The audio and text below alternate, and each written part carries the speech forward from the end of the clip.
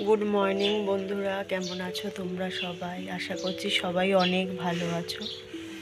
নতুন আরও একটি ভিডিওতে তোমাদের সবাইকে জানাচ্ছি শুভ সকাল। আজকের ব্লগটা এখন থেকে শুরু করলাম। আর বাইরে গত দুদিন ধরে এত বৃষ্টি হচ্ছে, এই দেখো,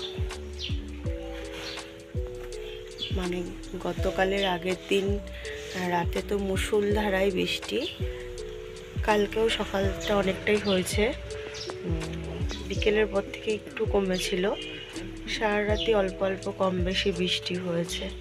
আর ওয়েদার দেখো,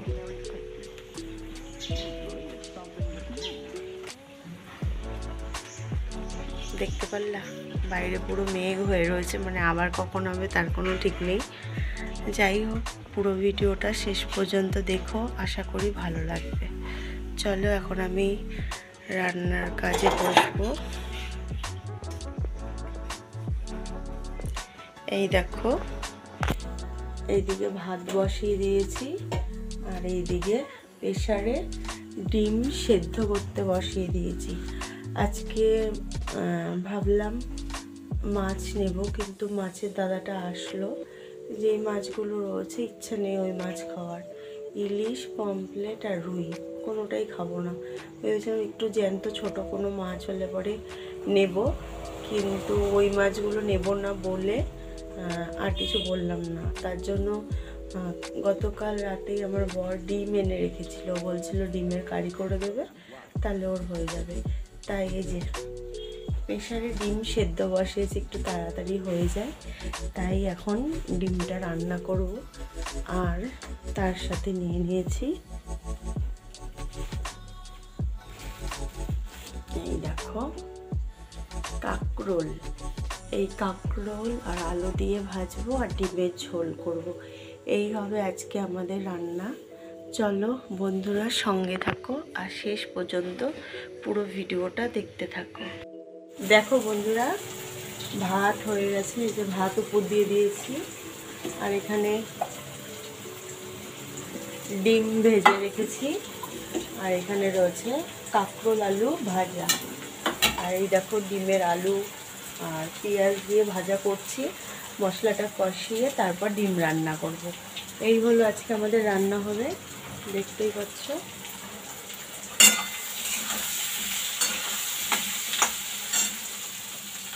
এরপর চলে আসলাম রান্না করে বরকে খাবার দিতে। ও যেহেতু কাজে বেরোবে, তাই ওর জন্য থালায় ভাতটা জড়িয়ে দিচ্ছি, আর এদিকে টিফিন বক্সে ওর খাবারটা গুছিয়ে দেব। আর ভাতটা একটুখানি আগে থেকে টিফিন বক্সে বেড়ে রাখছি, কারণ পাখাটা চালিয়ে দিলে কি হবে, ভাতটা ঠান্ডা হয়ে যাবে, নাহলে এই গরম খাবারগুলো আটকে রাখে সেই দুপুর 3টে 4টে পর্যন্ত, তারপর ধরো খাবে। এই ওদের তো খেতে খেতে অনেকটাই দেরি হয়ে যায়, দুপুরের খাবারটা কখনো 2:30, কখনো 3টে, আবার কোনো দিন 3:30 4টে পর্যন্তও হয়ে যায়, এরকম হয়। যাই হোক, ওকে খেতে দিয়ে দেখো ওর খাবারটা বেড়ে রাখছি। আর এই যে সামনে আমার দেখতে পাচ্ছ টেবিলের উপরে প্লাস্টিকের মধ্যে গতকাল পাঁপড় ভেজেছিলাম, সেই পাঁপড়টা রয়ে গেছে, তাই হাসছিলাম দেখে, মনে পড়লো। বর খেয়ে দিয়ে কাজে বেরিয়ে গেছে, আর আমি তারপরে বাসনপত্র মাজার জন্য বাথরুমে বাসনগুলো রেখে এসেছি। আর এদিকে এখন এসে গেছি গ্যাসটা মুছতে। গ্যাসটা মুছেই আমি তারপরে বাসন টাসন মাজি। তোমরা আমার এর আগের ব্লগেও দেখেছো, কারণ আমার রান্না জায়গাটা না পরিষ্কার করলে মনটা ভালো লাগে না, মানে কেমন একটা যেন লাগে, কারণ আমার বারান্দা দিয়ে ঢুকেই রান্নার জায়গাটা, তো তাই কেউ যদি চট করে আসে মানে নোংরা হয়ে থাকবে, ওটা আমার একদমই ভালো লাগে না।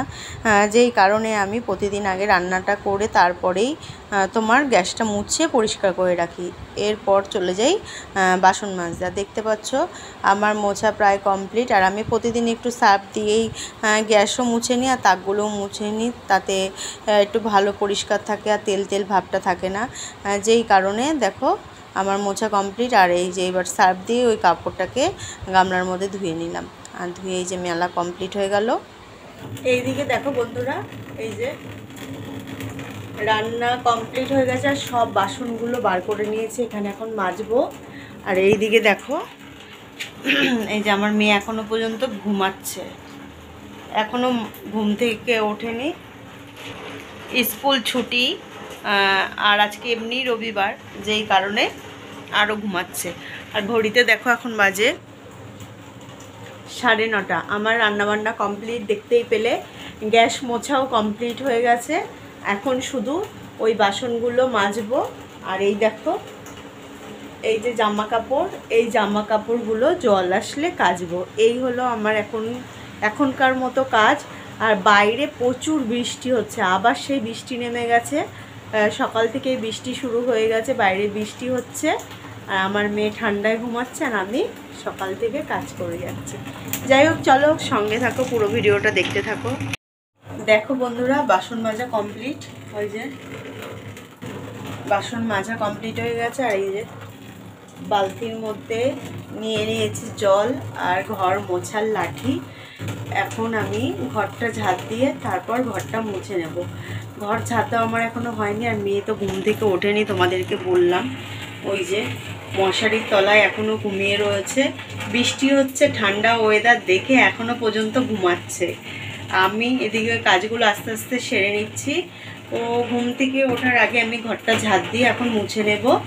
যাই হোক, চলো সঙ্গে থাকো, ভিডিওটা শেষ পর্যন্ত দেখতে থাকো। দেখো বন্ধুরা, স্নান করে চলে এসেছি। স্নান করে আজকে একটু শ্যাম্পু করলাম, যেহেতু সানডে একটু মাথাটা শ্যাম্পু করে নিয়েছি। আর ভাবছি আমি সেজেগুজে কী করব, সেজেগুজে কটা রিলস করব, তাই একটু সেজে নিলাম। আর এইদিকে দেখো, স্নান করে ঠাকুরকে পুজো দেওয়া কমপ্লিট হয়ে গেছে। আর এখন আমি একটু রিলস করব, তাই লিপস্টিক পরে নিয়েছি আর হালকা কাজল পরেছি। এই হলো। আর দুপুরে কী কী রান্না করছি সবই তোমাদের সাথে শেয়ার করেছি। আর বাইরে জামা কাপড় কেচে বাইরে দিইনি, বারান্দা দিয়ে পুরো মেলে দিয়েছি, যে এখন শুকো খাওয়াতে। চলো বন্ধুরা, সঙ্গে থাকো, সারাদিনের ব্লগটা দেখতে থাকো। এরপর চলে আসলাম রাতের খাবার করতে। আর আজকে রাতের খাবারে আমাদের ইচ্ছে হয়েছে গোলা রুটি খাবো। আর সেটা কিভাবে করছি সেটা তোমরা নিশ্চয়ই বুঝতে পারছো। আমি একটু আটা ময়দা, তার সাথে পেঁয়াজ, লঙ্কা, ধনেপাতা কুচিয়ে, লবণ আর সামান্য একটু মিষ্টি দিয়ে জল দিয়ে একটু মিডিয়াম ব্যাটার বানিয়ে নেব। খুব পাতলা না, আবার খুব ঘনও না, এরকমভাবে একটা ব্যাটার বানিয়ে রাতের খাবারটা তৈরি করে নেব। যাই হোক বন্ধুরা, এই গোলা রুটির ভিডিওটা তোমাদের সাথে পরে শেয়ার করব। আজকে সারাদিনের ব্লগটা তোমাদের কাছে কেমন লাগলো অবশ্যই কমেন্ট করে জানিও। ভালো লাগলে একটা লাইক করো, শেয়ার করো। আর যারা নতুন বন্ধু এখনও পর্যন্ত আমার চ্যানেলটিকে সাবস্ক্রাইব করনি, তাদের কাছে অনুরোধ রইল চ্যানেলটি সাবস্ক্রাইব করে আমার পাশে থাকার জন্য। আর পাশে থাকা বেলটি অল করে রাখার জন্য, যাতে নতুন ভিডিও দেওয়া মাত্র তোমাদের কাছে নোটিফিকেশান পৌঁছে যায়। দেখো ব্যাটারটা গুলে দেখো তাওয়া বসিয়ে তার মধ্যে কি সুন্দর দিয়ে দিয়েছি। এবার তোমার যখন এক পিঠ হয়ে যাবে তখন অপর পিঠটাকেও উল্টে দিতে হবে। এইভাবেই প্রতিটি রুটিকে ভেজে নিতে হবে। আর আমি এখানে অল্প তেল ব্যবহার করছি, তোমরা চাইলে এখানে ঘি দিয়েও ভাজতে পারো। আমি সাদা তেল ব্যবহার করেছি।